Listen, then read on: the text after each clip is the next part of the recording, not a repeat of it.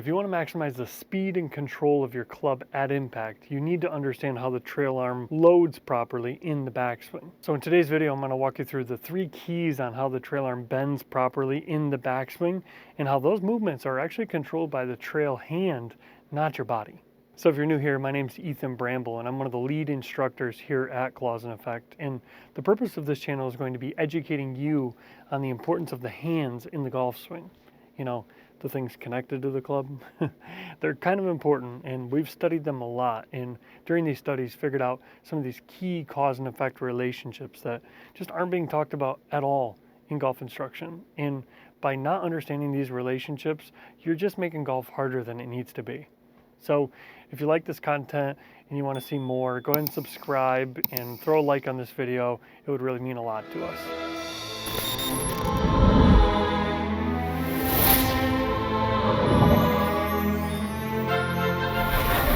Okay, so before we get into these 3 keys, I think it's just important that we talk about why is the trail arm so key for creating this proper speed and control of the club at impact. And the easiest way to really understand that is that the trail arm is really the driving force that's accelerating the handle in the club through the impact zone. So when we spend all this time and energy winding it up in the backswing, it's to really get that proper unwinding sensation, giving you the handle and club stability and speed that we're looking for. Okay, so the number 1 key to getting the trail arm to load properly in the backswing is getting the trail arm pinned underneath the lead arm at the setup position. Okay, this is so important because as we're coming into the golf ball, we want that trail arm to feel like it's underneath the lead arm, because this is going to create the proper gear effect of how the club head is going to release down, out, and away from your body. So really important that we get that right. If the trail arm gets too on top, you're going to be having a tendency to want to close the face too much. Lead arm's going to break down, chicken wing, a lot of bad things that can happen. So just getting this proper kind of wall built with your lead arm here with a nice strong grip with your lead thumb on the top trail side of the club really allows that trail arm to just kind of pin right underneath here. So now from here we can get the proper connection of trail palm to lead thumb knuckle, and then once we get that alignment, that automatically will pin that trail arm underneath the lead arm. See, you see a lot of people talk about how you want to have your palm towards the sky and elbow pointing up, and yes, that is true, but that's more of the effect on getting that proper connection of that trail palm and lining that trail palm up to that lead thumb knuckle at the address position. So I got a really good drill for you actually to make sure that you get this trail arm pinned correctly every time. And it's a really simple drill that you can even do this like sitting in a chair or on a couch. But what we're gonna do is we're just gonna get into our address position with our nice strong grip, really build this kind of wall. Okay, the club is gonna be vertical at this point. And now from here, what we're gonna do is we're just gonna pivot the club to where it's parallel to the ground. Okay, lead thumb is on the top trail side of the club, lead arm nice and braced. Now from here, we want to feel that same connection of that trail palm to that lead thumb knuckle that we were just feeling when the club was on the ground, but now we're feeling like we're pushing more this way. And you can see I got to really get my trail arm pinned in here in order to get that proper connection point. See, if I go this way too much, not making the proper connection. So it's really forcing you to like feel like that at the address position. So once I get that kind of clamped on there, you can interlock, overlap, baseball, doesn't matter, but you can see I'm really pinned in here, almost got this little kind of window here between the lead arm and the trail arm from the downline perspective. And that's, again, so key when it comes to coming into the ball and getting that proper gear effect. And we'll talk about that in a sec. From here, all I'm going to do is just kind of pivot and then point down. And I mean, look at that trail arm. Because I'm concentrating so much pressure here with that trail palm against lead thumb knuckle and then just curling those fingertips, getting that good hook like we talk about in our content, that's just pinning that arm under there. And when I was watching the PNC with Tiger and Charlie, they're doing this exact same thing with getting that trail arm pinned under there, getting that hook with that trail index finger. So it's hidden in plain sight, and it's just going to make your life so much easier if you just get that first initial step Correct. Okay, so the second key of getting that proper loading of the trail arm in the backswing is going to be as we initiate the backswing, how the trail arm is going to go from its pinned position to its fully extended position. And the reason that is as we get this trail arm pinned in here, as we begin to push down, out, and away from our body to initiate the backswing, you're going to see how that trail arm is fully locked at this point as we get the handle stretched about 5 inches outside the trail leg here, okay? So this is really establishing that proper width in our golf swing.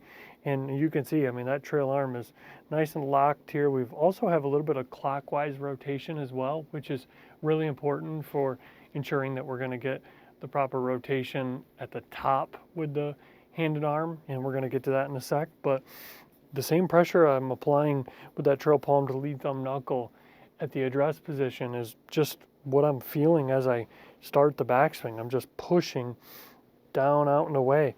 And you can see this with all really good players. Again, Tiger and Charlie were doing this at the PNC. You can see it. Their arms are just like fully locked at this point in the swing.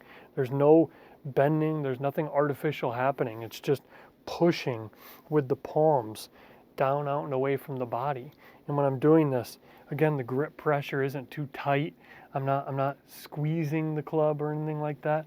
I'm just really feeling like my palms are pushing down, out, and away from my body as my fingers are just kind of curled around the grip. And that's why the claws are so important, because it allows you to concentrate this pressure down and away from your body. I mean, look at that width there. This width is so important because it's what's going to allow me to get that proper shallowing sensation and then proper acceleration at impact. So we could do that same drill that we were doing. Boom, boom.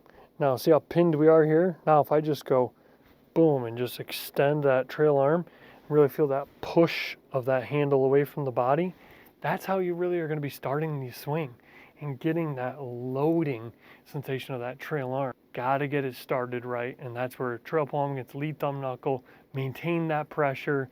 That's what all the great players are doing. Okay, so here we go. So third and final move. We got a great address position with trail arm pinned. We got great extension with that trail arm stretching away because of that trail palm pushing against that lead thumb knuckle. Now we're just going to maintain that pressure with that trail palm against lead thumb knuckle, still feeling like we're pushing down, out, and away from our body as we pull up and back at the trail shoulder with that like trail index finger. This is what we call the push-pull sensation. And the key with this is it's really taking that trail arm from that locked position and creating a nice bend here where at the top of the swing, we have a 90-degree angle between elbow and shoulder. And that's like the full kind of wind up that we're looking for. I got a great drill for you, actually. So I'm going to use the claw ball, but you could, if you just have like a range basket or something, you can just put some balls in it to help simulate the sensation. But really what we're going to try to feel is almost imagine that this is like a bucket and we're filling it with water. And as we go to the takeaway, we've kind of gathered all the water in the bucket. And now we're going to take that water and throw it up and back over that trail shoulder. And you can see when I do that, if I take my lead hand off, that's the full 90 degrees between shoulder and elbow. You can see that blade is pointing up and back at the trail shoulder, almost like an arrow, indicating that you've got that proper twist and push-pull sensation. But yeah, the claw ball is just perfect for this. But if you don't have a claw ball, again, you can just use a range basket, but you should probably get a claw ball. But here we go, guys. I mean, we've got the trail arm into a perfect position now. It's fully loaded. Now let's unload it as we're coming into the ball, okay?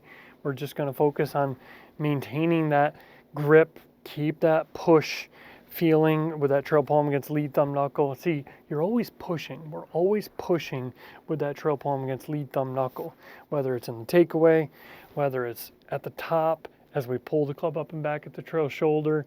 Now as we're coming down, we're just pushing down and forward, feeling that butt end of that club really going towards the ball. As we're doing this, we're getting that trail arm into a position where here we are, just like we were at the takeaway. We're slightly pinned.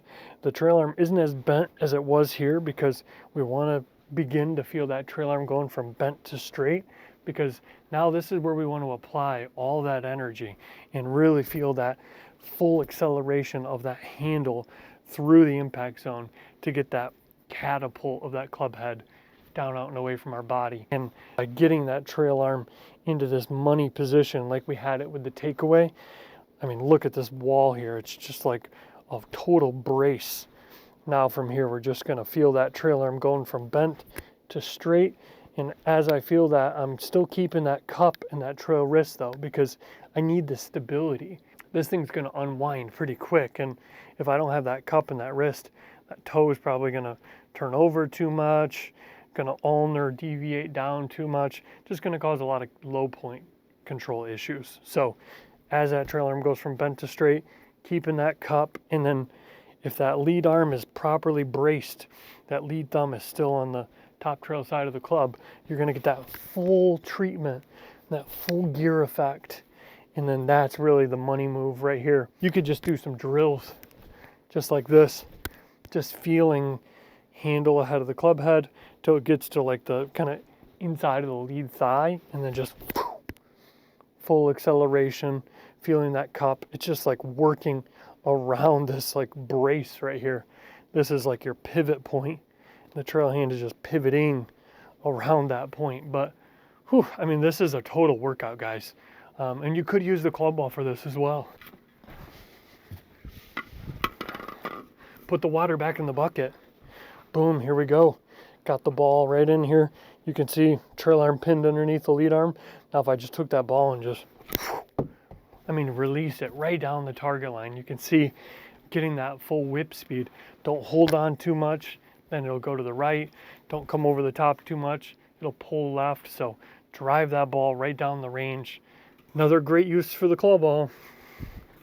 All right, guys, it's time to hit a ball. I mean, I feel like we've done a great job with getting that proper loading of the trail arm in the backswing and understanding how it unloads through impact with that trail arm going from bent to straight.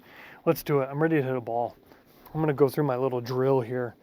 Boom, pivot it, parallel to the ground, pin it under there. Boom, full extension, boom. All right, here we go.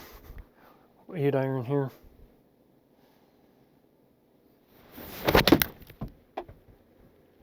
I pushed it a little, guys.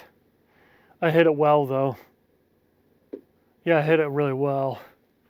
165 with an 8-iron. I mean, that's pretty typical. I did push it a little bit. My alignment might have been off, but boy, did it feel squishy. I felt like I really gave it that full treatment down at the bottom with that trail hand. I mean, it's fully loaded. If you fully load the trail arm in the backswing, you're just giving yourself a way better chance to get maximum speed and maximum control, and it's all controlled by the hands. Again, it's cause and effect, or clause and effect.